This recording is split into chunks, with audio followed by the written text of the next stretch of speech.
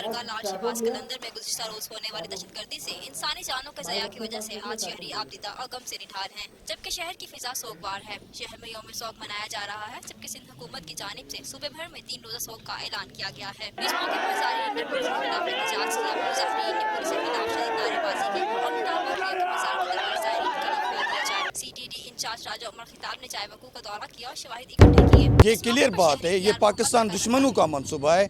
पाकिस्तान को इसमें दाइश भी आ सकता है, इसमें इंडियन भी आ सकते हैं, इसमें अफगानिस्तान से जो हैं, जो पाकिस्तान को मुकम्मल एक नाकाम रियासत और ताज़ा जो सीपेक की मंसूबे आ रहे हैं उनको नाकाम बनाने के लिए ये इसके इकदाम किए जाए। यहाँ दरबार के साथ जो भी ठेले रेड़े वगैरह लगे होते हैं उसकी वजह से भी सिक्योरिटी इंतज़ामात बहुत नाकस है। इतना हमें दुख हुआ है दिली, इतनी जाने ज़ाया हो हम अपना बयान नहीं कर सकते हैं। अल्लाह उनको जन्नत में जगह अता फरमाए।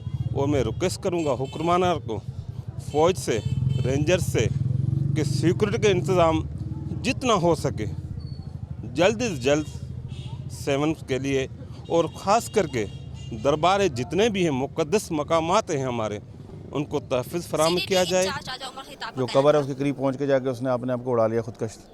उसने ज़्यादा टाइम ज़ाया नहीं किया है और रश की वजह से उसने कहीं ना कहीं सिक्योरिटी को क्रॉस किया है और अंदर जाके उसने खुदकश किया। अभी तक जो एविडेंस छोटी बहुत मिली है, अभी कंफर्म नहीं है, लेकिन एक आइडिया है कि शायद इसमें ये लेडीज़ इन्वॉल्व नहीं है, मर्द था जिसने खुदकश किया है। गुज़िश्ता रोज से हूँ शरीफ दरगाह लाल शहबाज कलंदर में खुदकश हमले के नतीजे में अब तक 72 अफराद शहीद हो गए और सैकड़ों से ज़ायद अफराद जख्मी हैं, जिनमें से बेशतर की हालत तशवीशनाक है।